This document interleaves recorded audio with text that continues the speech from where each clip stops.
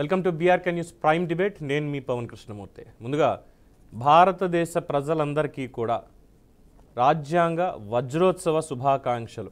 ఇవాళ డిబేట్ అంశంలోకి వెళ్లే ముందు అసలు ఈ వజ్రోత్సవ రాజ్యాంగం గురించి మనం మాట్లాడుకోవాలి. అఫ్కోర్స్ దానికి కూడా రిలేటెడ్ ఉంది కాబట్టి ఈరోజు నేతల్ని మన వాడివేడి ప్రశ్నలతో సమాధానాలు తీసుకొచ్చేటువంటి అవకాశం కూడా ఉంది. దీంట్లో ముందుగా ఏం చెప్పుకోవాలి అంటే, భారతదేశ ప్రజలమైన మేము భారతదేశాన్ని సర్వసత్తాక సామ్యవాద లౌకిక ప్రజాస్వామ్య గణతంత్ర రాజ్యంగా నిర్మించుకోవడానికి పౌరులందరికీ సాంఘిక ఆర్థిక రాజకీయ న్యాయాన్ని, ఆలోచన భావ ప్రకటన విశ్వాసం ఆరాధనల స్వాతంత్ర్యాన్ని, అంతస్తుల్లోనూ అవకాశాల్లోనూ సమానత్వాన్ని చేకూర్చడానికి, వారందరిలో వ్యక్తిత్వ గౌరవాన్ని జాతీయ సమైక్యతను సంరక్షిస్తూ సౌభ్రాతృత్వాన్ని పెంపొందించడానికి మన ఈ రాజ్యాంగ పరిషత్లో 1949 నవంబర్ 26వ తేదీన ఎంపిక చేసుకొని శాసనంగా రూపొందించుకున్న ఈ రాజ్యాంగాన్ని మాకు మేము సమర్పించుకుంటున్నాము. అంటే స్వాతంత్రం వచ్చిన తర్వాత మనకి పౌరులకు ఉండేటువంటి హక్కులు, అందులో ప్రధానంగా మీరు మమ్మల్ని పరిపాలించండి అని చెప్పి ప్రజాస్వామ్యబద్ధంగా వాళ్ళకి ఓట్లు వేసి, మీరు మాకు పాలకులు, మాకు అభివృద్ధిని సంక్షేమాన్ని ఎలా ఉంటుందో చూపించండి, మా అందరినీ మీరే పర్యవేక్షించాలి పరిరక్షించాలి అంటూ వాళ్ళకి అధికారాన్ని కట్టబెట్టేటువంటి హక్కుని మనకి మనమే ఇచ్చుకున్నటువంటి రోజు. అయితే ఈరోజు ఏం జరుగుతోంది? ప్రతి చోట మనకి మాత్రం ఆ పవర్ అనేది లేదు. 5 ఏళ్లకు ఒక్కసారి మనకి ఇచ్చారు. కానీ లేని పవర్ని వాళ్ళు ఎక్కువగా అనుభవిస్తూ ప్రజలతో ఆడుకుంటున్నారు. ఏ పార్టీ అని లేదు, రాజకీయాల్లోకి వస్తున్నారు అంటే కొంతమందిని స్వార్థపూరితంగా లేరు అనుకోవాలి, కానీ మిగతా వాళ్ళందరూ స్వార్థ చింతనతోటే, అంటే అధికారం అనేటువంటిది మా చేతుల్లో ఉండాలను, లేదు మిగతా అన్నిటి మీద మాకు హక్కు అనేది ఉండాలను, ఇదే టైప్లో ఉంటున్నారు. సో ఇప్పుడు తెలంగాణ రాష్ట్రంలో 2 ప్రభుత్వాలను చూసాం. విడిపోయినటువంటి రాష్ట్రం, ముక్కలైన రాష్ట్రంలో కొత్తగా ఏర్పడినటువంటి తెలంగాణకి ఫస్ట్ 10 ఏళ్ల పాటు బీఆర్ఎస్ అధికారంలో ఉంటే ఇప్పుడు కాంగ్రెస్ పార్టీ అధికారంలో ఉంది. చూస్తున్నాం, ఏడాది పూర్తి చేసుకుంటున్నారు. గత 10 ఏళ్లలో ఏం అభివృద్ధి సంక్షేమం జరిగింది, ఈ ఏడాదిలో ఏం జరిగిందని చూసినప్పుడు అభివృద్ధి అన్నటువంటి పాయింట్లో ఒకానొక కంపెనీకి సంబంధించి వాళ్ళ పెట్టుబడుల మీద, గత ప్రభుత్వంలో జరిగినటువంటి ఒప్పందాల మీద, ఇప్పుడు జరిగినటువంటి ఒప్పందాల మీద ఇద్దరు కూడా బురద చల్లుకుంటూ లేనిపోని నిందలు వేసుకుంటూ ప్రజల్ని పిచ్చివాళ్ళని చేస్తున్నారని చెప్పుకోక తప్పదు. అది కూడా ఈరోజు రాజ్యాంగ వజ్రోత్సవ దినోత్సవం రోజున ఇటువంటి వ్యాఖ్యానాలు వినడం నిజంగా సిగ్గుచేటనే చెప్పాలి. మరి చూద్దాం వారి అభిప్రాయాలు ఏం చెప్తారు, ఎవరి అభిప్రాయం కరెక్ట్, ప్రజల దృష్టిలో ఏముందనేది డిబేట్లో తేలుద్దాం. అందరికీ స్వాగతం. మనతోటి ఈ డిబేట్లో పార్టిసిపేట్ చేయడానికి డాక్టర్ లింగం యాదవ్ గారు, కాంగ్రెస్ పార్టీ అధికార ప్రతినిధి, స్టూడియోలో అందుబాటులో ఉన్నారు. అలాగే డాక్టర్ అల్జాపూర్ శ్రీనివాస్ గారు, భారతీయ జనతా పార్టీ ప్రతినిధి, జూమ్ లైన్లో అందుబాటులో ఉన్నారు. అలాగే కాంగ్రెస్ పార్టీ బీఆర్ఎస్ పార్టీ నుంచి పావని గౌడ్ గారు జాయిన్ అవుతారు త్వరలో. అలాగే సిపిఎం నుంచి రైతు సంఘ నాయకులు సాగర్ గారు కూడా డిబేట్లో మనకు జాయిన్ అవుతారు. శ్రీనివాస్ గారికి, లింగం యాదవ్ గారికి ఇద్దరికి నమస్కారం అండి. నమస్తే అండి. ముందుగా రాజ్యాంగ దినోత్సవ శుభాకాంక్షలు. అంటే ప్రతి ఒక్కళ్ళు కూడా రాజకీయ నాయకులు అంటున్నారు, ఇక్కడ పార్టీల పేరు ఎత్తట్లేదు నేను, మీరు ప్రతినిధులు అయినప్పటికీ కూడా రాజ్యాంగం మీద ప్రమాణం చేసి పదవీ స్వీకారం చేసేటప్పుడు భారత రాజ్యాంగం మీద ప్రమాణం చేసి మేము ప్రజల కోసం మాత్రమే మేము పాటు పడతాం అనేటువంటి ఓత్ తీసుకుంటారు. కానీ ఈరోజు ఉన్నటువంటి పరిస్థితి ఏంటంటే, తెలంగాణ పౌర సమాజానికి, యువతకి రావాల్సినటువంటి ఉద్యోగాలకు సంబంధించి, అంటే ప్రైవేట్ రంగంలో, ప్రభుత్వ పరంగా కాదు, కొన్ని కంపెనీలు ఇక్కడికి వచ్చి ఇక్కడ ఇండస్ట్రీస్ ఏర్పాటు చేస్తాం, ఇక్కడ అభివృద్ధి చెందుతుంది, అట్ ద సేమ్ టైం ఇక్కడ మీ యువతకు ఉపాధి వస్తుంది అంటూ ఇండస్ట్రియలిస్టులు కొంతమంది వచ్చి ఇక్కడ పెడుతూ ఉంటే దాన్ని స్వాగతించాలా, లేదు వాళ్ళ మీద వస్తున్నటువంటి ఆరోపణలకి ఇది మీ తప్పు అంటే మీ తప్పు అని చెప్పి బురద చల్లుకోవడం ఎంతవరకు సమంజసం? ముందుగా లింగం యాదవ్ గారు. ముందుగా గుడ్ ఈవినింగ్ అండి మీకు, కోపానిస్టులు పెద్దలందరికీ. ముందుగా ఇవాళ భారత రాజ్యాంగ అవతర దినోత్సవ శుభాకాంక్షలు. ఆనాడు స్వాతంత్రోద్యమంలో త్యాగదనుల స్ఫూర్తితోటి భారతదేశాన్ని ప్రపంచంలోనే సామాజికంగా, రాజకీయంగా, ఆర్థికంగా అందరికీ న్యాయం జరగాలనే సదుద్దేశంతో ఆనాడు డాక్టర్ బాబాసాహెబ్ అంబేద్కర్ నేతృత్వంలోని డ్రాఫ్టింగ్ కమిటీ చైర్మన్గా భారత రాజ్యాంగాన్ని రూపొందించుకోవడం జరిగింది. ఇవాళ ప్రత్యేకించి ఇవాళ మనం చూస్తున్నాం, ఈ దేశంలో భారత రాజ్యాంగానికి ఏ విధంగా తూట్లు పొడుస్తుర్రు అనేది ఇవాళ దేశవ్యాప్తంగా ఇవాళ గత 10 ఏళ్ళుగా ప్రత్యేకించి నరేంద్ర మోడీ బీజేపీ కేంద్రంలో అధికారంలోకి వచ్చిన తర్వాత ఇవాళ రాజ్యాంగాన్నే మార్చాలని ప్రియాంబుల్నే మార్చాలని ఇవాళ ఈ దేశంలో ప్రధానమంత్రి ఉన్నటువంటి నరేంద్ర మోడీ ఆధ్వర్యంలో జరుగుతుంది. మరొకసారి నరేంద్ర మోడీ గారికి మీ టీవీ ఛానల్ ద్వారా విజ్ఞప్తి చేస్తున్నా, భారత రాజ్యాంగ ఆశయాలను లక్ష్యాలను నెరవేర్చండి.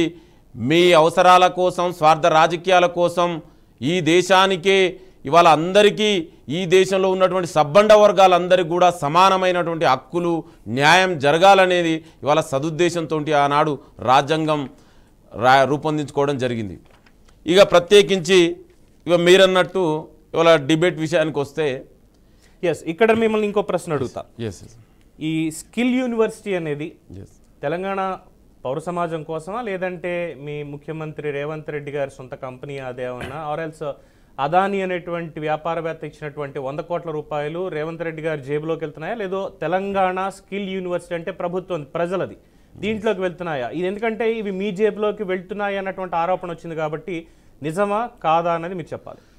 అలా ముందుగా అంటే బీఆర్ఎస్ నాయకులు మాట్లాడే దానికి మనం చర్చ పెట్టుకోవడం అనేది కూడా చాలా విడ్డూరంగా ఉంది. అయితే నేను ఏమంటున్నా అంటే ఇవాళ ఏదైతే అదాని ఇవాళ దేశవ్యాప్తంగా 10 ఏళ్ళుగా నరేంద్ర మోడీ ప్రధానమంత్రి అయిన తర్వాత దేశ సంపద అంతా కూడా ఇవాళ ఒకరిద్దరు క్రోనీ క్యాపిటలిస్టులకు దోచిపెడుతున్నారు అనేది ఇవాళ జగమెరిగిన సత్యం. ప్రత్యేకించి నరేంద్ర మోడీకి దగ్గర వ్యక్తులైనటువంటి అంబానీ అదానికి ఇవ్వడం అనేది ఇవాళ దేశంలో ఇవాళ ఎయిర్పోర్ట్ల నుంచి సహజ వనరుల నుంచి ఎక్కడ చూసినా కూడా ఇవాళ దేశ సంపద అంతా కూడా వాళ్ళకి దోచిపెడుతున్నారు. అయితే ప్రత్యేకించి ఇవాళ తెలంగాణకు వస్తే ఇవాళ జరిగింది ఏందండి, ఇవాళ గౌరవ ముఖ్యమంత్రి రేవంత్ రెడ్డి గారు ఇవాళ తెలంగాణలో అభివృద్ధి సంక్షేమమే ధ్యేయంగా నిరంతరం ప్రజలకు అందుబాటులో ఉండి ఇవాళ పెట్టుబడులు కూడా తెలంగాణకు వస్తే తెలంగాణలో అభివృద్ధి జరుగుతున్న ఒక సదుద్దేశంతో ఇవాళ ఇక్కడ తెలంగాణకు పెట్టుబడులను ఆకర్షించడం జరుగుతుంది. దానిలో భాగంగానే అదాని గారు కూడా ఇక్కడికి వచ్చి పెట్టుబడులు పెడతామన్నారు. ఇవాళ ఈ మీరన్నట్టు ఏదైతే స్కిల్ యూనివర్సిటీ ఇవాళ ఈ ప్రభుత్వం మన యువత కూడా పోటీ ప్రపంచంతో పోటీ పడాలనే కాన్సెప్ట్ తోటి ఒక స్కిల్ యూనివర్సిటీని ఏర్పాటు చేయడం జరిగింది. దీనికి ఇవాళ దేశంలో ఉన్నటువంటి కంపెనీలు బిలియనీర్లు అందరూ కూడా ఇవాళ విరాళం ఇస్తా అన్నారు. అయితే ముఖ్యమంత్రి గారు నిన్ననే ప్రెస్ మీట్ పెట్టి మేము విరాళం ఇస్తాన్న అన్నమాట వాస్తవమే, మేము ఎక్కడ కూడా యాక్సెప్ట్ చేయలేదు. ఇవాళ మేము ఎవరైనా కూడా ఇవాళ మా నాయకుడు రాహుల్ గాంధీ అయినా కూడా ఇవాళ కాంగ్రెస్ పార్టీ అయినా గౌరవ ముఖ్యమంత్రి రేవంత్ రెడ్డి గారు కూడా లెజిటిమైజ్గా ఎవరు బిజినెస్ చేసినా కూడా తప్పు కాదు, అకార్డింగ్ టు రూల్స్ అండ్ లా ప్రకారం ఎవరైనా బిజినెస్ చేసుకోవచ్చు. ఇవాళ మా నాయకుడు రాహుల్ గాంధీ గారే చాలా స్పష్టంగా చెప్పారు. అయితే ఇక్కడ ప్రాబ్లం వల్ల గత 10 ఏళ్ళు తెలంగాణని పరిపాలించినటువంటి బీఆర్ఎస్ పార్టీ ఇవాళ వాళ్ళు చెప్పే మాటలు ఎట్లున్నాయంటే ఇవాళ ఈ ప్రభుత్వం వచ్చిన తర్వాతనే అదాని తెలంగాణకు వచ్చినట్టు. మీకు ఒక్కసారి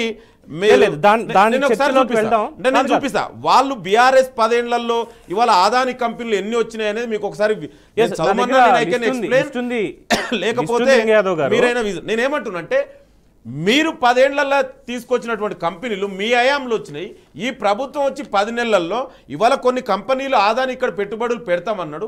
అయినా కూడా మేము ఎక్కడ కూడా పవర్ని మిస్యూజ్ చేయడమో మేమేమో తెలంగాణ సొమ్మునో భూములనో దారాదత్తం చేసో ఇవాళ అదానికి ఇవ్వట్లేదండి. సరే ఆ కంపెనీ లిస్టులోకి తర్వాత వెళ్దాం. నేను ఒక్కటే క్వశ్చన్ అడుగుతాను. ఇప్పుడు అదాని అనేటువంటి ఒక వ్యాపారవేత్త తెలంగాణలో మీరు పెట్టింది స్కిల్ యూనివర్సిటీ అంటే ఇక్కడ నిపుణత పెంచాలి, నైపుణ్యాన్ని పెంచాలి తెలంగాణ యువతలో.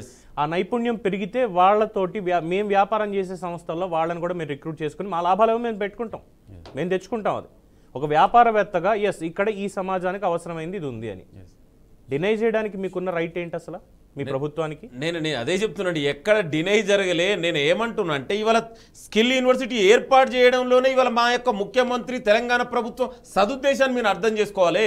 ఇవాళ మన యువత కూడా ప్రపంచంలో ఉన్నటువంటి యువతతోటి పోటీ పడాలంటే ఇవాళ స్కిల్స్ రావాల్సిన అవసరం ఉంది. ఇవాళ మనకు తెలుసు చాలా మంది గ్రాడ్యుయేట్స్కు స్కిల్స్ లేకపోవడం వల్ల పోటీ ప్రపంచంతో వాళ్ళు కాంపిటేట్ కాలేకపోతున్నారు.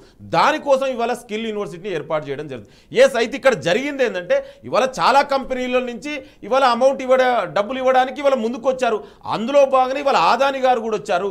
అయితే ఇక్కడ ప్రాబ్లం ఎక్కడ వచ్చిందంటే ఇవాళ దేశ సంపద అంతా కూడా నరేంద్ర మోడీ ప్రధాని అయిన తర్వాత ఇవాళ దేశ సంపద అంతా కూడా ఇవాళ ఆదానికి ఏ విధంగా దోషిపెడుతుందని ఇవాళ మనందరూ తెలుసు. ఇవాళ మొన్ననే యుఎస్ కోర్ట్స్ కూడా ఏ విధంగా వాళ్ళకు సమాన్లు ఇష్యూ చేసింది ఆదానికి. అంటే నేను ఏమంటున్నానంటే ఇవాళ ప్రత్యేకించి బీఆర్ఎస్ కేటీఆర్ మాట్లాడుతున్నా, అయ్యా నీ హయాంలే కదా జరిగింది. ఈ ప్రభుత్వం ఎక్కడ కూడా ఆదానికి అప్పనంగా దోషిపెట్టలేదే, మేము ఎక్కడ కూడా రాసియలేదే, మేము ఎక్కడ ఫేవరబుల్ గా చేయలేదే. లేదు, అప్పుడు మీరు అడగాల్సింది ఇప్పుడు 100 కోట్ల రూపాయలు విరాళం మాకు ఇవ్వద్దు అని లేఖ రాశానని నేను ముఖ్యమంత్రిగా స్టేట్మెంట్ ఇచ్చారు. ఆయనకి రైట్ లేదని నేను అంటాను. ఎందుకు అని అంటే చెప్తా, ఇది ఆయన ఇచ్చేది రేవంత్ రెడ్డి గారికి, అయ్యా మీరు ఏదో ఖర్చు పెట్టుకోండి జేబు ఖర్చులకు ఇస్తున్నారని ఇవ్వట్లేదు. కాంగ్రెస్ పార్టీకి విరాళం అంతకంటే ఇవ్వట్లేదు. ప్రభుత్వానికి మీకు బల్లలు ఇవన్నీ కొనుక్కోండి అని ప్రభుత్వానికి విరాళం ఇవ్వట్లేదు. ఒక యూనివర్సిటీకి స్కిల్ కోసమైనా ఇస్తున్నాడు. అక్కడ ఉన్నది ముఖ్యమంత్రి పాత్రలో ఎవరైనా కావచ్చు, అది రేవంత్ రెడ్డి గారా లేదంటే కేటీఆర్ గారా కేసీఆర్ గారా ఎవరైనా సరే ఒక ఇండస్ట్రీలు ఇస్తున్నాడు అంటే ఎస్ ఇక్కడ స్కిల్ కోసం. సభ్యులు అందరికీ కూడా ఒకసారి గుర్తు చేస్తున్నారు. అలాగే పావని గౌడ్ గారు కూడా జాయిన్ అయ్యారు జూమ్ లైన్లో. At the same time Sagar గారు కూడా జాయిన్ అయ్యారు. స్వాగతం అండి ఇద్దరికి.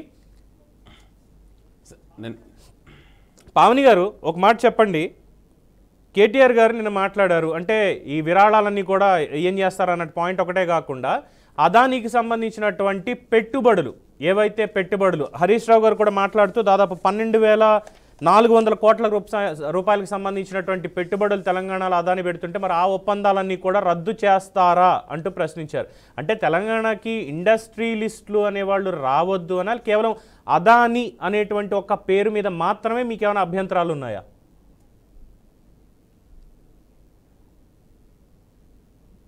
పావని గారు మ్యూట్లో ఉంది, మీది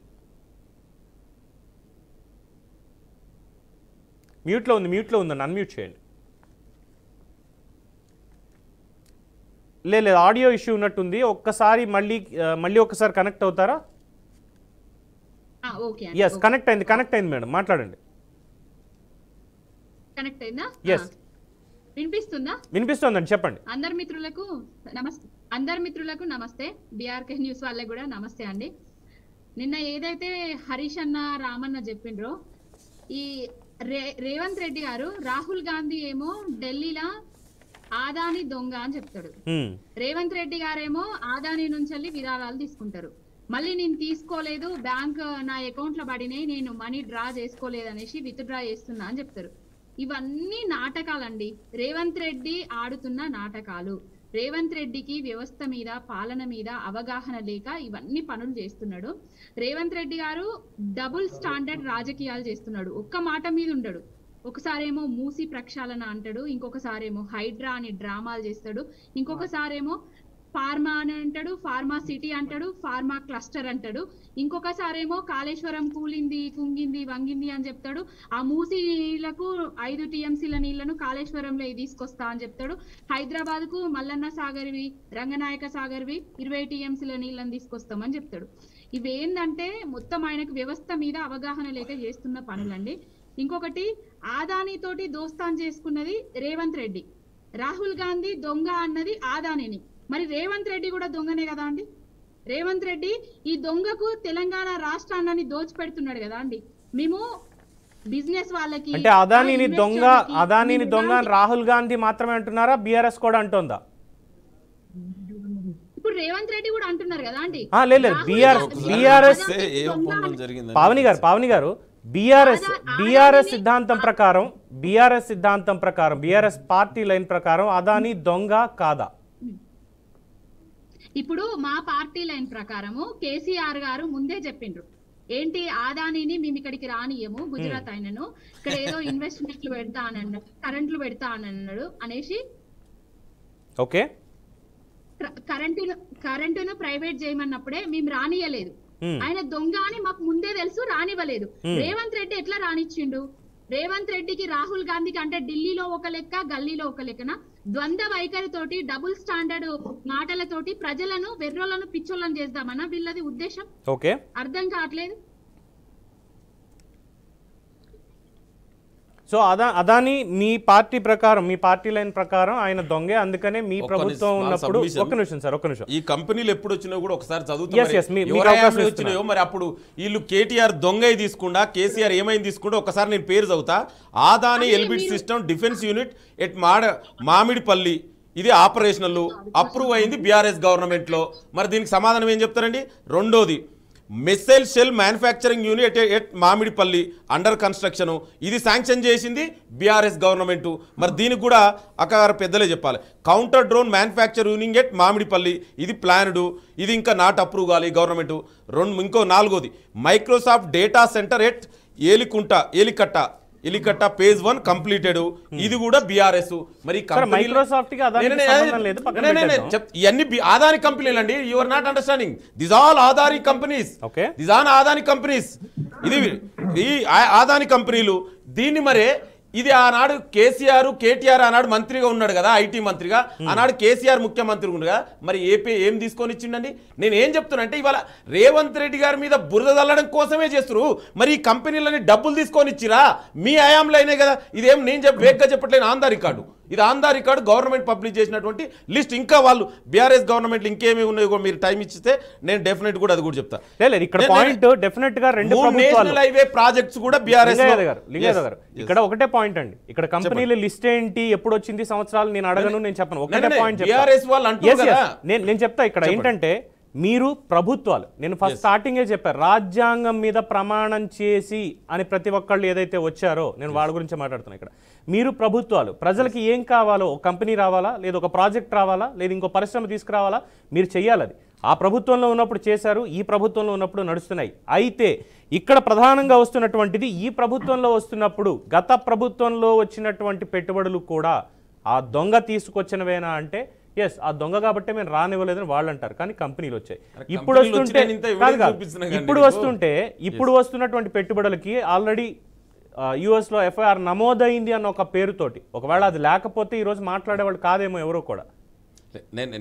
ఒక్కసారి అల్జాపూర్ శ్రీనివాస్ గారి అభిప్రాయం తీసుకుందాం. శ్రీనివాస్ గారు, సో ఇక్కడ ఎలా ఉందంటే పరిస్థితి, గతంలో అంటే ఇది డిఫెన్స్కి సంబంధించినటువంటివి, నేషనల్ హైవేస్కి సంబంధించినటువంటివి, స్టేట్కి సంబంధం ఏముంది, అంతా సెంట్రల్ అప్రూవలే కదా అని చెప్పి కేటీఆర్ అంటారు. ఇక్కడ చూస్తేనేమో స్కిల్ యూనివర్సిటీకి ఇచ్చేది రేవంత్ రెడ్డి జేబులోకి వెళ్తోంది అన్నటువంటి ఆరోపణ. అయ్యా అదేం లేదు, ఇది తెలంగాణ ప్రభుత్వానికి వచ్చేది, ప్రజానికానికి వచ్చేది అని చెప్పి రేవంత్ రెడ్డి గారి స్టేట్మెంట్. అందుకే మేము వద్దని చెప్పేస్తున్నాం, ఎందుకు మమ్మల్ని దొంగ అనేటప్పుడు అన్నది ఆయన స్టేట్మెంట్. అంటే ఇక్కడ ప్రజల పాయింట్ ఆఫ్ వ్యూ అనేది రాజకీయ నేతలు ఎవరికి అవసరం లేదా, ఇంక్లూడింగ్ బీజేపీని కూడా ఈ మాట అడగాల్సి వస్తుంది. మీరేమంటారు? Yes, you are correct Pavan గారు. ఒక పొలిటికల్ పార్టీగా దట్టు రాజకీయ పార్టీ ఒక లక్ష్యం, తను పాలించేటువంటి ఒక రాష్ట్రం కావచ్చు, దేశం కావచ్చు, అన్ని రంగాల్లో డెవలప్ కావాలి, పెట్టుబడులు రావాలి, వాళ్ళ ద్వారా అనేక మంది ఉపాధి కల్పించాలి. ఆ లక్ష్యం ఆ పాలకులకు ఉంటది, ఉండాల్సిన అవసరం కూడా ఉన్నది. పెట్టుబడిదారులు ఎవరు లేకుండా కేవలం వ్యవసాయం మీదే నడిపిద్దామంటే హైలీ ఇంపాసిబుల్. ఈ కాన్సెప్ట్ ఇప్పటి నుంచి కాదు, స్వాతంత్రం వచ్చిన తర్వాత నెహ్రూ గారి నుంచి మొదలైనటువంటి ఒక పాలసీ. ఇండస్ట్రీస్ కావాలి, అగ్రికల్చర్ కావాలని ఉద్దేశం. తప్పేమండి? దొంగ అనే ముద్ద ఇప్పుడే ఎందుకు వేస్తాం మనం? డెఫినెట్ గా చట్ట ప్రకారమే ఇల్లీగాలిటీ ఉంటే, ఏమైనా అఫెన్షన్ పాల్పడి ఉంటే కోర్టులు ఉన్నాయి, కోర్టు ద్వారా ఆ యొక్క కన్ఫర్మ్ అయినట్టయితే దోషిగా డెఫినెట్ గా అందరం కూడా వ్యతిరేకించాల్సిందే. కానీ వేల మందికి, లక్షల మందికి అనేక కంపెనీలు ఈ దేశంలో ఉపాధి కల్పించే పెట్టుబడి పెడతా ఉన్నారు. సో దాన్ని మేము ఆక్షేపించలేదు, 100 కోట్లు ఎందుకు తీసుకున్నామని చెప్పలేదు. కానీ మా మీద, బీజేపీ మీద పదే అదాని అంబానీలకే పాలిస్తున్నారు, పోషిస్తున్నారు అని చెప్పేసి అనేక శాపనార్థాలు పెట్టిన ఈ యొక్క కాంగ్రెస్ పార్టీ కావచ్చు, టీఆర్ఎస్ కావచ్చు. కానీ విచిత్రం ఏంటంటే, కాంగ్రెస్ హయాంలో రాజస్థాన్ నుంచి పడితే, మమతా బెనర్జీ నుంచి పడితే అనేక రాష్ట్రాల్లో, వాళ్ళు పాలించే రాష్ట్రాల్లో ఇటువంటి పెట్టుబడిదారులకు వెల్కమ్ చేసినారు, ల్యాండ్ ఇచ్చినారు, చేసినారు, డెవలప్ చేసినారు, కంపెనీలకు పర్మిషన్ ఇచ్చినారు. మాకు ఇచ్చేసరికి మేమైతే మాకంటూ ఏం లేదు, ఆరోపణలు మాకేం రాలేదు. బాగా డెవలప్ అవుతుంది, వ్యాపారం చేసుకుంటా ఉన్నారు, దాని ద్వారా ఉపాధి కలుగుతా ఉన్నది. దాన్ని వెల్కమ్ ఎవరమని చేస్తాం. మీరు తిట్టిన వాళ్ళు, కామెంట్ చేసిన వాళ్ళు, క్రిటిసైజ్ చేసిన మీరే వెల్కమ్ చేస్తున్నారే. సో ఇక్కడ కన్ఫర్మేషన్ రిటర్న్ ఇవ్వడం అన్నది అది వాళ్ళ యొక్క వ్యక్తిగత నిర్ణయం. ఎందుకు తీసుకున్నారు దాన్ని డిఫెన్స్ లో పడ్డారు. రాహుల్ గాంధీ చెప్పినారా లేకపోతే మీరే డిసైడ్ చేసినారా రేవంత్ రెడ్డి గారు? మీరే జవాబు చెప్పాలి. దాన్ని జస్టిఫై ఆన్సర్ ఇవ్వాలి. అయితే ఒక పాయింట్ శ్రీనివాస్ గారు, ఒక పాయింట్, కాంగ్రెస్ పార్టీ ఉన్నంతసేపు శ్రీనివాస్ గారు, కాంగ్రెస్ పార్టీ ఉన్నంతసేపు అంబానీలకి కొమ్ము కాస్తున్నారు, అంబానీలే కాంగ్రెస్ పార్టీని నడిపించేదని. బీజేపీ ప్రభుత్వం ఉన్నంతసేపు అదానీయే మొత్తం అంతా, అదానీను మోడీ ఇద్దరు దోస్తులు ఇద్దరు నడిపిస్తున్నారు మొత్తం అని చెప్పి, అంటే ఇలా ఒక పారిశ్రామికవేత్తలకు సంబంధించి అందులోనూ రెండే పేర్లు వస్తున్నాయి, మిగతా ఎక్కడ కూడా రావట్లా. సో రాజకీయాలు దీని చుట్టూనే తిరుగుతున్నాయి కానీ సమాజానికి ఏమి ఇస్తున్నాం, మనం ప్రజలకి హామీ ఇచ్చాము, యువతకు హామీ ఇచ్చాము, పరిశ్రమలు పెడతామని, వాళ్ళకు ఉపాధి ఉద్యోగ అవకాశాలు కల్పిస్తామని, ఇందులో పారదర్శకంగా వెళ్ళాలి, ప్రజాస్వామ్యయుతంగా వెళ్ళాలని మనం రాజ్యాంగం మీద ప్రమాణం చేశామే అనేటువంటిది పాలకులకి, ఇర్రెస్పెక్ట్ ఆఫ్ పార్టీ, పాలకులకి ఎందుకు ఉండడం లేదు? ఎందుకు ఈ ఆరోపణలు ఎక్కువగా వస్తున్నాయి సమాజంలోకి? ప్రజలు కూడా అడుగుతున్నారు ఇవాళ. నేను అదే చెప్తున్నా పవన్ గారు, పాలిటిక్స్ అంటే బాధ్యతాయుతమైనటువంటి ఒక పాత్ర నిర్వర్తించాలి చాలా మంది. కేవలం పేపర్లలో టీవీలో కనవండికి మీరు అవు అంటే నేను నయ్యనాలా, నేను నయ్యంటే మీరు ఈ రకంగా వ్యక్తిగతంగా దూషించుకోవడం కోసమే రాజకీయాల్లో మాట్లాడుతూ ఉన్నారు తప్ప కాంక్రీట్ గా కన్స్ట్రక్టివ్ సజెషన్ కావచ్చు, కన్స్ట్రక్టివ్ ప్రపోజల్స్ కావచ్చు, ఆ తరాలో మీ యొక్క బిహేవియర్ కావచ్చు, ఆ తరాలో సపోర్ట్ కావచ్చు, పార్టీలు ఏమైనా ప్రతిపక్షంలో ఉన్నా పాలక పక్షంలో ఉన్నా అటువంటి పాత్ర అందరూ చేయాల్సిందే. మేము అపోజిషన్ ఈ స్టేట్ లో ఉంటే హౌస్ లో చాలా రెస్పాన్సిబుల్ గా మాట్లాడి మంచి ప్రపోజల్స్ మేము సపోర్ట్ చేయకుండా మేము చుక్కర్ అవుతాం, పబ్లిక్ లో చుక్కర్ అవుతాం, ఈవెన్ బీఆర్ఎస్ కూడా చుక్కర్ అవుతుంది, కాంగ్రెస్ కూడా చుక్కర్ అవుతుంది. కాబట్టి చాలా జిమ్మేదారితో మాట్లాడాలి. ప్రపోజల్స్ ని ఆధారం లేకుండా ఆరోపణలు ఏం చేయొద్దు. కేవలం ఆయన ఎక్కడో ఒక నాయకుడు అన్నాడంటే ఇక్కడ దాని ఇంపాక్ట్ రిపర్కషన్ ఇక్కడ మీరు వాపసిస్తా అంటే అర్థమే ఉన్నది. ఆనాడు ఎందుకు తీసుకున్నారు, ఇప్పుడు ఎందుకు అంటున్నారు? రైట్, అమెరికాలో ఎఫ్ఐఆర్ ఇష్యూ అయినాయి. రైట్. శ్రీనివాస్ గారు వన్ సెకండ్, మనకి వామపక్ష నేత సాగర్ గారు కూడా ఉన్నారు. ఒకసారి సాగర్ గారి అభిప్రాయం కూడా ఓపెన్ కామెంట్స్ తీసుకుందాం. నమస్కారం సాగర్ గారు. సాగర్ గారు వినిపిస్తుంది? ఎస్. సో ఇక్కడ ఏంటంటే మొత్తం ముగ్గురు ప్రజాప్రతినిధులకు సంబంధించి, పార్టీలకు సంబంధించి వాళ్ళ అభిప్రాయాలు మీరు విన్నారు. ఇక్కడ నా ప్రధానంగా వచ్చేటువంటి ప్రశ్న, తెలంగాణ రాష్ట్రానికి, తెలంగాణ యువతకి సంబంధించి కొన్ని పరిశ్రమలు ఇక్కడికి వచ్చాయి, ప్రభుత్వాలు ఒప్పందాలు చేసుకునే కొంతమందితోటి, దాని ద్వారా ఇక్కడ ఉన్నటువంటి యువతకి ఉద్యోగ ఉపాధి అవకాశాలు వచ్చాయి, రాష్ట్రానికి అభివృద్ధి అనేది వచ్చింది, మౌలిక సదుపాయాలు ఏర్పడ్డాయి, ఇవన్నీ అయ్యాయి. గత ప్రభుత్వంలో కొన్ని, ఇప్పుడున్నటువంటి ప్రభుత్వంలో కొన్ని ఒప్పందాలు అనేవి జరిగాయి. అయితే ఒక పారిశ్రామికవేత్త మీద ఒకానొక ఆరోపణ విదేశాల్లో వచ్చినప్పుడు రాజకీయంగా కామెంట్లు అనేవి కామన్, తప్పలేదు, పక్కన పెట్టేద్దాం. అయితే ఆల్రెడీ ఎగ్జిస్టెన్స్లో ఉన్నటువంటి ప్రాజెక్ట్స్కి సంబంధించి కానీ, చేసుకున్నటువంటి ఒప్పందాలకు సంబంధించి కానీ, ఇవన్నీ మీరు క్యాన్సిల్ చేస్తారా అని అంటున్నటువంటి ప్రధాన ప్రతిపక్షం 100 కోట్ల రూపాయలు విరాళం అనేది స్కిల్ యూనివర్సిటీకి వచ్చింది అంటే దాన్ని, అంటే మా ప్రభుత్వం మీద బురద జల్లడానికి మీరు చేస్తున్నారు కాబట్టి మేము పూర్తి స్థాయిలో దాన్ని మేము ప్రస్తుతానికి నిరాకరిస్తున్నాం అన్నటువంటి ముఖ్యమంత్రి రేవంత్ రెడ్డి ఒకవైపు. ఇక్కడ సమాజం అనేది ఇటు అధికార పక్షానికి కానీ ప్రతిపక్షానికి కానీ పట్టదా అనేటువంటిదే ప్రధానమైన ప్రశ్న. మీరేమంటారు సాగర్ గారు? పెట్టుబడులు రావాలి, అభివృద్ధి జరగాలి, అందులో మన రాష్ట్రానికి అవసరం. అంటే ఈ రాష్ట్రంలో అత్యధిక ఉపాధి లేకుండా ఉండేటువంటి గ్రామీణ ప్రాంత ప్రజానికి ఉపాధి, అందులో ఆధారిత పరిశ్రమలు లాంటివి పోతే వెల్కమ్ చేయాలి. ఇక్కడ అధికారంలో ఉన్నప్పుడు ఒక విధానాల పరంగా పెద్ద తేడా ఏముండదు. కార్పొరేట్ సంస్థల్ని ఆహ్వానం లేదు, ఏంటి నీకేమిస్తాము, నాకేమిస్తాము అనేటువంటి ఈ అంశంలో ఉందా అనేటువంటి ఐ థింక్ సాగర్ గారు కొంచెం, సాగర్ గారు చిన్న టెక్నికల్ ఇష్యూ ఉన్నట్టుంది, మీ సౌండ్ సరిగా వినబడట్లేదు. ఒక షార్ట్ బ్రేక్ తీసుకుందాం, బ్రేక్ తర్వాత మళ్ళీ కంటిన్యూ చేద్దాం. Welcome back to debate. Pavani Goud గారు,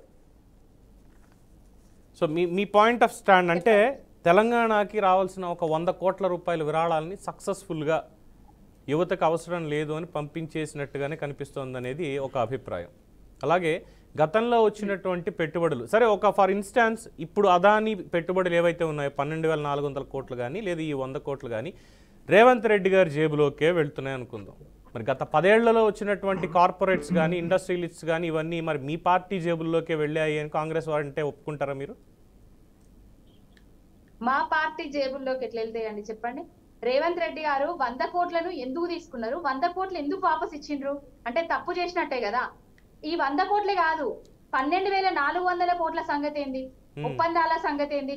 మేము బీఆర్ఎస్ పార్టీ వాళ్ళము పరిశ్రమలకు గాని ఉద్యోగాలకు గాని వీళ్ళు చేసే డెవలప్మెంట్ గాని మేము ఎలాంటి ఆటంకం చేయము, మేము ఆటంకులం కూడా కాదు.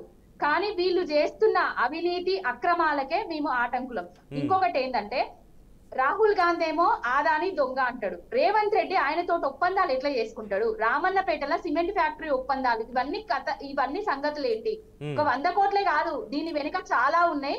రేవంత్ రెడ్డికి రాహుల్ గాంధీ మొట్టికాయ లేయంగానే 100 కోట్లు వాపస్ ఇచ్చేసిండు. మరి మిగతా వాటి సంగతి ఏంటి? అప్పగించి వాటిని ప్రైవేటీకరణ చేసేందుకు కుట్రలు చేయలేదా?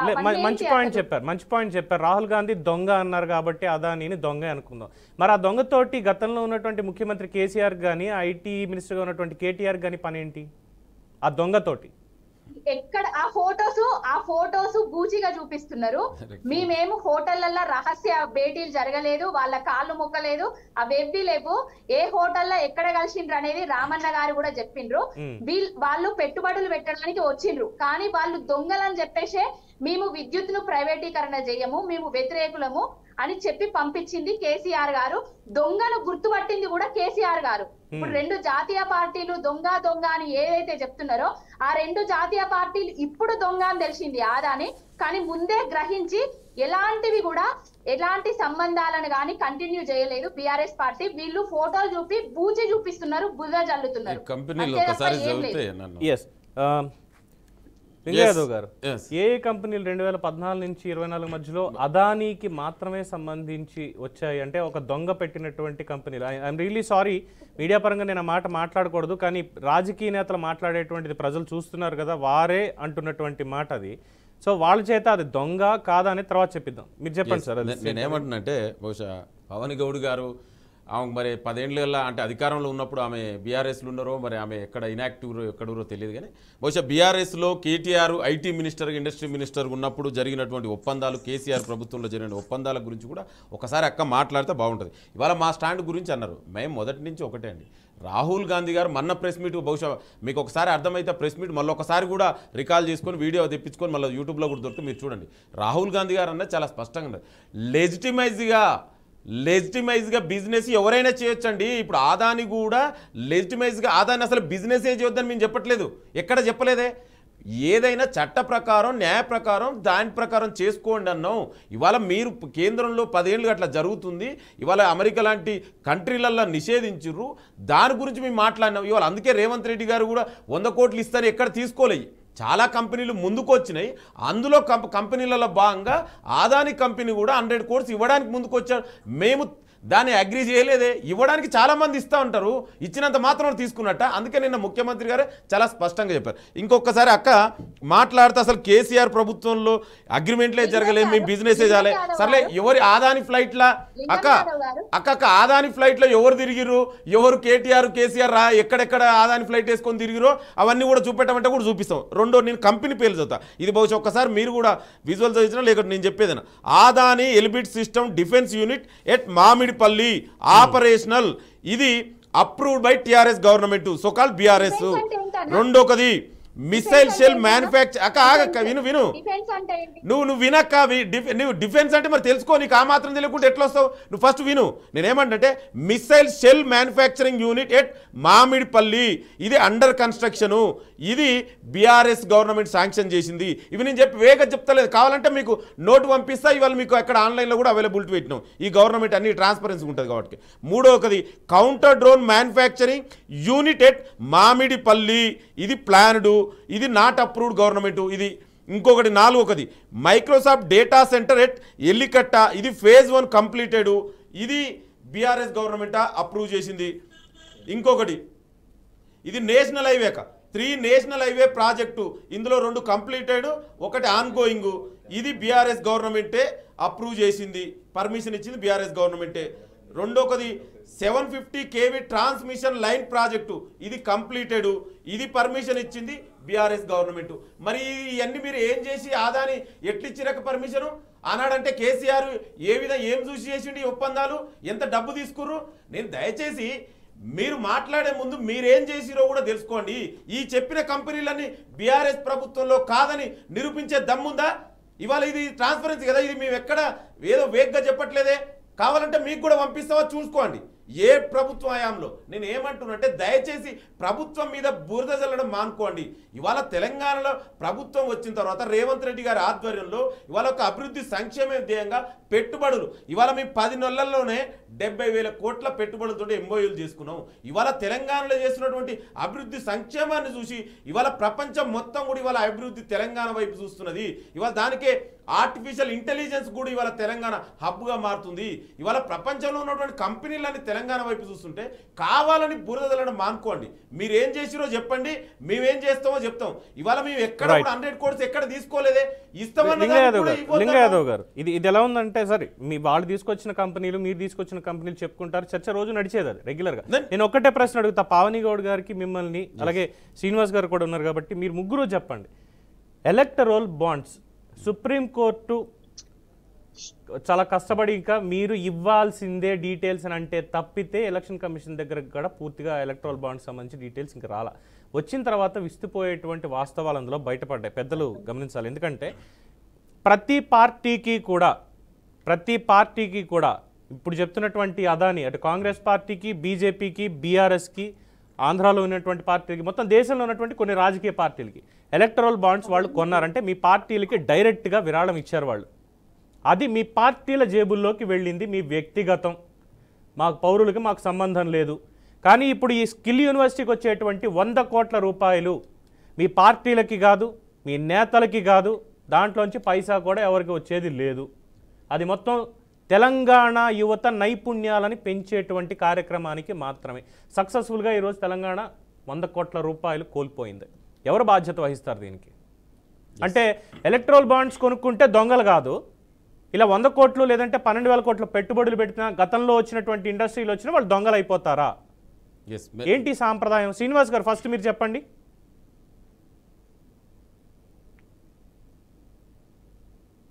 ప్రభుత్వం జవాబు చెప్పాలి దానికి. ఇప్పుడు స్కిల్ యూనివర్సిటీ కోసం 100 కోట్లు ఇస్తా అంటే వద్దనేది లేదు, అందరం వెల్కమ్ చేస్తాం. వాళ్ళ కంపెనీ సిఎస్ఆర్ కింద ఇస్తారు, 2% కింద ఏ కంపెనీ అయినా కానీ వారి లాభాల్లోకి వెళ్ళి 2% దాన ధర్మాలు సామాజిక కార్యక్రమాల కోసం ఇవ్వచ్చు. ఆ దాంట్లో ఇచ్చి ఉంటారు. సో అది ఆ పర్పస్ కోసం, డెవలప్మెంట్ కోసం ఖర్చు అవుతా ఉంటే ఎవరికి అబ్జెక్షన్ ఉండడానికి వీల్లేదు. అన్లెస్ అని అంటే అది దొంగ డబ్బు అయితే, లేకపోతే దోచుకున్న డబ్బు అయితే, ప్రూవ్ అయితే, గిల్టీగా ప్రూవ్ అయితే డెఫినెట్గా అందరం ఎవరం కూడా సపోర్ట్ చేయం. కానీ తీసుకునేది మీరు, ఫోటో దిగింది మీరు, యాక్సెప్ట్ చేసింది మీరు, అనిచ్చి ఇవన్నీ కదా యాక్సెప్ట్ చేసింది మీరు. గొప్పగా రాసుకున్న పేపర్లన్నీ ప్రెస్ మీట్లు పెట్టారు, ప్రెస్కు 2 కలిసి మీరు ఫోజ్ ఇచ్చినారు. మేమెవరు అబ్జెక్షన్ చేయలేదు. ఆ ప్రాంతం డెవలప్ అయితే 10 మందికి ఉపాధి కలుగుతుంది. స్కిల్ నాలెడ్జ్ పెంచే ఒక యూనివర్సిటీ వస్తుందంటే ఆనంద్ మహీంద్రా గారికి చేసినట్టే సరే పోయి మంచి కంపెనీ, సక్సెస్ఫుల్ కంపెనీ యొక్క చైర్మన్ కు అప్పయ్యారు, ఛాన్సలర్ గా బాగుంటుంది, డెవలప్ కావాలని కోరుకున్నాం. ఆలు లేదు, సులు లేదు. ఓకే, ఆదిలోనే ఇంకొక ప్రశ్న కూడా మీరు సమాధానం చెప్పాలి. అంటే ఎలక్ట్రల్ బాండ్స్ ప్రకారం ఎలక్ట్రల్ బాండ్స్ కొని మీ పార్టీలకి విరాళాలు ఇస్తే వీళ్ళు దొంగలు కాదు, పెట్టుబడులు పెట్టి ఇలాంటి రాజకీయ ఆరోపణలు చేసినప్పుడు దొంగలు అయిపోతారా? నేను దానికి చట్ట ప్రకారంగా పార్లమెంట్ లో, రాజ్యసభలో, లోక్సభలో చట్టమై బయటకు వచ్చిన తర్వాత ఇచ్చిన డబ్బులన్నీ వైట్ గానే. జనరల్ గా పవన్ గారు ఎలక్షన్స్ అంటేనే 99% బ్లాక్ మనీతో జరిగే ఎలక్షన్స్. పొలిటికల్ పార్టీస్ కూడా ఖర్చుల కోసం ₹1,00,000 ఖర్చు అయితే ₹1,000 చూపించేటువంటి ఒక కాలం పొలిటికల్ పార్టీస్. సో ఆ సిస్టమ్ నుంచి బయటికి రానికి లెజిటిమేట్ అమౌంట్ డబ్బు పెద్దల దగ్గర నుంచి వసూలు చేసి లేదంటే వాళ్ళు ఇస్తాంటే తీసుకొని వాళ్ళు పెట్టిన బిల్లో పెట్టినట్టు ఒక చట్టంలో పెట్టినట్టు గోప్యంగా ఉంచుతాము అన్న మాటకు కట్టుబడి ఆ చట్టం తయారైంది.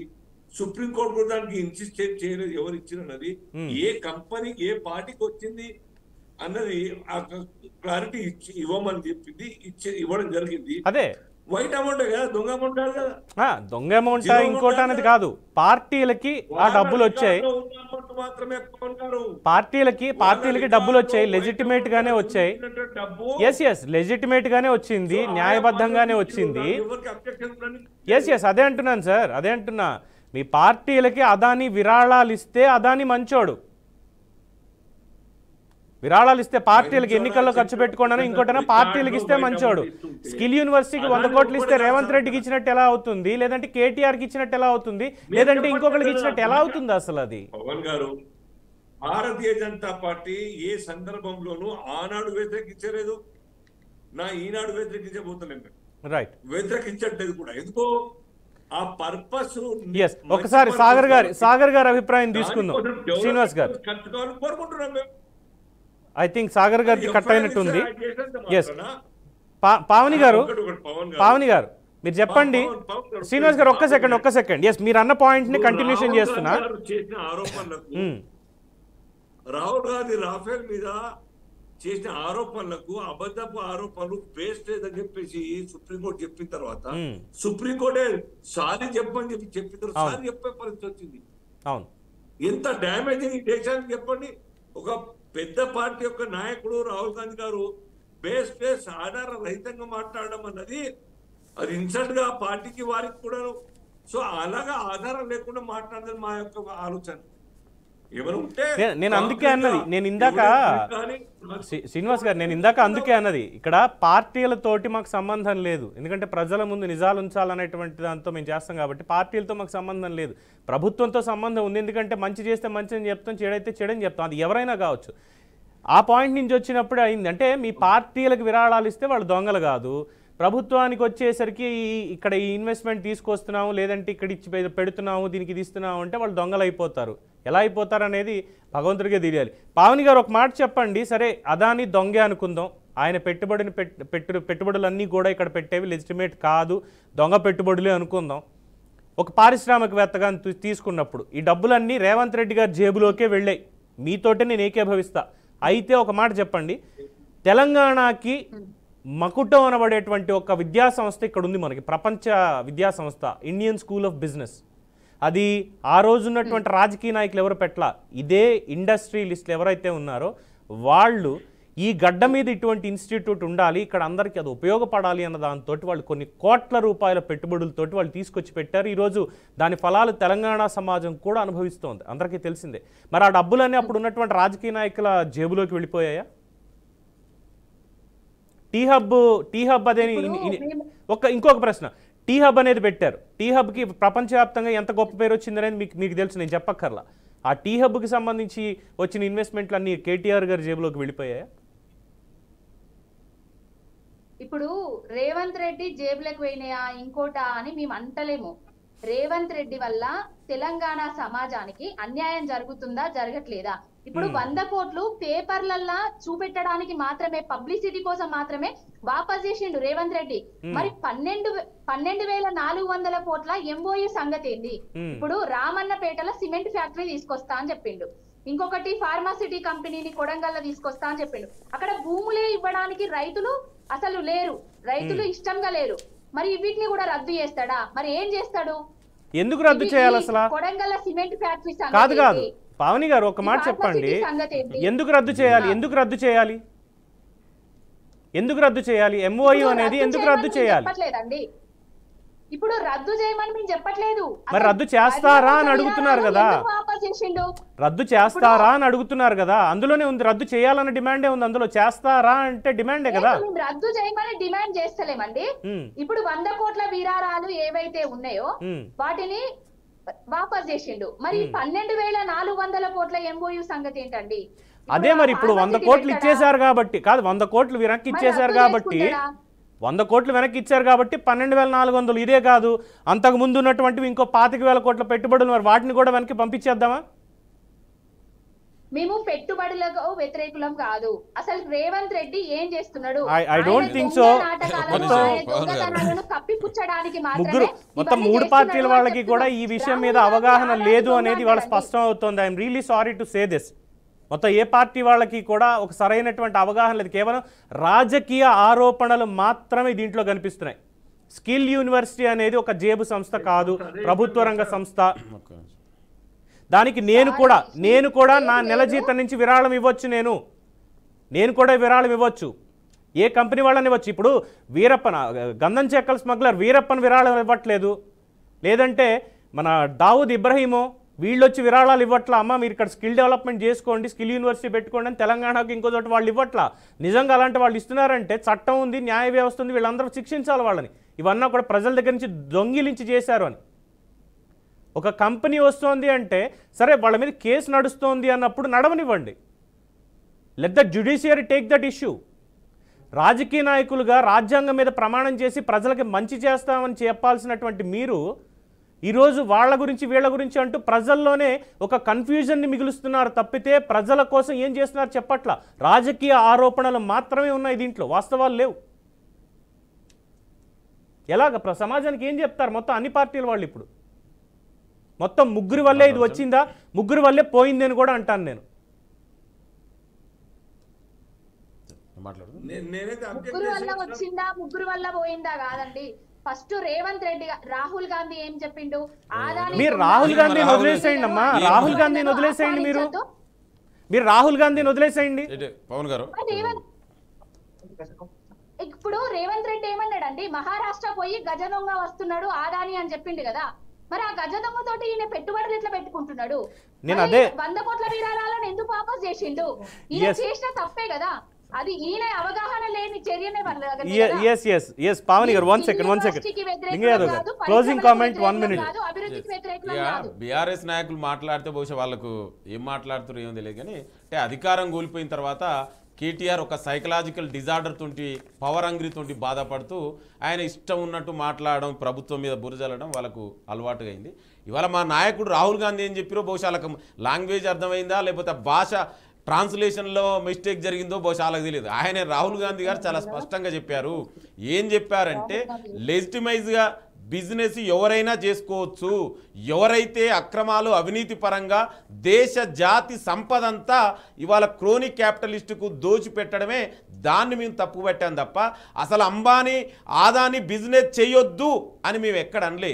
ఎక్కడ మీ లెక్క 10 ఏళ్లలో ఈ తెలంగాణలో మీరు ఆనాడు ఆదానితోటి ఫ్లైట్లో తిరిగింది, ఎట్లా ఒప్పందాలు చేసుకుంది, ఏం జరిగిందని అందరికీ తెలుసు. ఇవాళ మేము ఏమంటున్నాం అంటే దయచేసి మాట్లాడే ముందు మీరేం చేసిరో తెలుసుకొని మాట్లాడండి. ఇవాళ తెలంగాణకు రాష్ట్రంలో దేశంలోనే ఇవాళ ప్రపంచం మొత్తం కూడా ఇవాళ తెలంగాణ వైపు చూస్తుంది.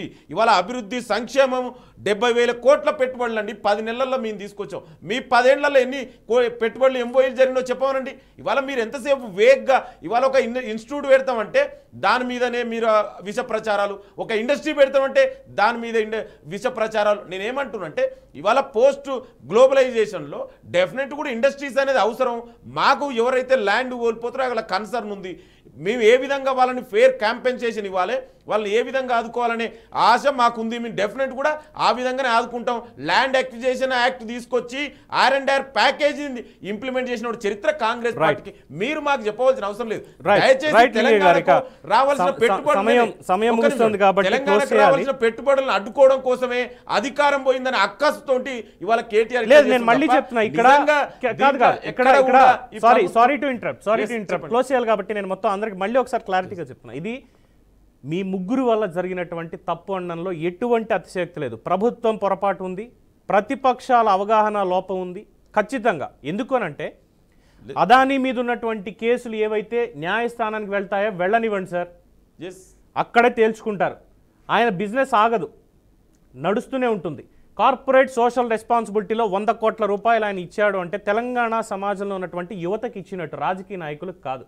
ఒకవేళ అకౌంట్లు ఉంటాయి బ్యాంక్ నుంచి తీసుకోవచ్చు స్టేట్మెంట్స్. ఆర్టీఐ అనేది రైట్ టు ఇన్ఫర్మేషన్ యాక్ట్ ఉంది, స్కిల్ డెవలప్మెంట్ స్కిల్ యూనివర్సిటీకి సంబంధించి మాకు ఇన్ఫర్మేషన్ కావాలంటే ప్రభుత్వం ఇచ్చి తీరాల్సిందే. అవసరమైతే హైకోర్టుకి సుప్రీంకోర్టుకి వెళ్తాం. అవినీతి జరిగిందా, ఆధారాలు ఉంటే తీసుకొస్తాం, ప్రభుత్వం తప్పు చేసింది అని. ఈరోజు ఆ విరాళాలు వెళ్ళిపోతే మళ్ళీ అడుగుతున్నారు 12,400 కోట్లు ఎందుకు, ఇది అడుగుతున్నారు. అంటే ఇంకా ఇక్కడ ఎవరు రావద్దా? ఒక రాష్ట్రంలో ఒకానొక పరిశ్రమని అక్కడ ఉన్నటువంటి పరిపాలకులు, అప్పుడున్నటువంటి పాలకులు కక్షపూరితంగా అక్కడి నుంచి గెంటేద్దామని చూస్తే అదే పారిశ్రామికవేత్తని ఇక్కడ 9,000 కోట్ల పెట్టుబడులు పెట్టండి అని ఇక్కడికి తీసుకొచ్చారు గత ప్రభుత్వంలో. అక్కడ ఉన్నటువంటి అలాంటివన్నీ ఇక్కడికి వచ్చాయి. మరి అందులో అక్కడేమో దొంగలు అయిపోయారు, ఇక్కడికి వచ్చేసరికి శుద్ధపూసలు అయిపోతారు. అంటే రాజకీయ నాయకులకి వాళ్ళకి స్టేట్మెంట్లు ఇవ్వడానికి ఏం లేదా? అన్ని తప్పుడు స్టేట్మెంట్లు అని ఇలా ఒకళ్ళ మీద ఒకరు బురద జల్లుకోవడమేనా? ఎందుకు ఈ మాట అనాల్సి వస్తుందంటే ఈరోజు మన రాజ్యాంగ దినోత్సవం అండి. ఈ రాజ్యాంగం మీద ప్రమాణం చేసి 75 సంవత్సరాలు 75 ఏళ్ళు అయింది మనకి ఈ రాజ్యాంగాన్ని మనకిచ్చుకొని. అలాంటి రాజ్యాంగాన్ని అగౌరవపరుస్తూ ఈరోజు రాజకీయ నాయకులు చేసేటువంటి ఈ ఆరోపణలు, ప్రత్యారోపణలు, వీటితోటి సమాజానికి ఉపయోగం ఉందా? తెలంగాణ సమాజానికి ఏముంది ఉపయోగం ఈరోజు దీనివల్ల? దీనికి ఎవరి దగ్గర సమాధానం లేదు. లింగయ్య యాదవ్ గారి దగ్గర కావచ్చు, సోదరి పావని గౌడ్ గారి దగ్గర కావచ్చు, పెద్దలు శ్రీనివాస్ గారి దగ్గర కావచ్చు, అన్ని రాజకీయ ఆరోపణలే. ప్రజలలో ఒక కన్ఫ్యూజన్. అదిగో రేవంత్ రెడ్డి దొబ్బుకెళ్ళిపోతున్నాడు 100 కోట్లు, లేదు గతంలో కేటీఆర్ జేబుల్లో పెట్టుకు వెళ్ళిపోయాడు ఎన్నో కోట్లు. సాక్ష్యాలేవి వీటికి? ప్రజల్ని కన్ఫ్యూజ్ చేసి అధికారం కోసమైనా ఇదంతా? సమాజం బాగుపడక్కర్లేదా? కనీసం ఆ నైతిక విలువలు అనేవి పోయాయా మనకి? నిజంగా బాధగా ఉందండి ఈ ఆరోపణలు ఇవన్నీ చూస్తూ ఉంటాయి. స్కిల్ యూనివర్సిటీ చక్కటి పేరు పెట్టుకుని ఇక్కడ నిపుణత అనేది పెంచాలి అన్నది ఒక సత్సంకల్పం. ప్రధాన ప్రతిపక్షాలుగా మీరు వచ్చి రేవంత్ ఇగో ఈ ఆలోచనలో తప్పుంది, దీనికి ఇది కరెక్ట్ చేసుకోండి, ఇది పెట్టండి అని చెప్పాలి. అది లేకుండా ఆరోపణలు చేసుకుంటూ వెళ్ళడం అంటే ఇక మీ విజ్ఞతగా వదిలేస్తున్నాను. ఎనీవే శ్రీనివాస్ గారు ధన్యవాదాలు, చాలా మంచి పాయింట్లు కూడా ముందు రేస్ చేశారు. అలాగే లింగయ్య యాదవ్ గారు, అలాగే సోదరి పావని గౌడ్ గారు కూడా ధన్యవాదాలు. సాగర్ గారు క్షమించాలి, మీ టెక్నికల్ ఇష్యూ వాళ్ళు ఈరోజు డిబేట్లోకి తీసుకోలేకపోయాం ప్రాపర్గా. మరొకసారి తప్పకుండా అవకాశం ఇచ్చి డిబేట్లోకి తీసుకుంటాం. ఇది ఈరోజు ప్రైమ్ డిబేట్. మరొకసారి అందరికీ రాజ్యాంగ శుభాకాంక్షలు, రాజ్యాంగ దినోత్సవ శుభాకాంక్షలు తెలియజేస్తూ సెలవు తీసుకుంటున్నాం. బీఆర్కే న్యూస్ చూస్తూనే ఉండండి, తెలుగువాడి సత్తా.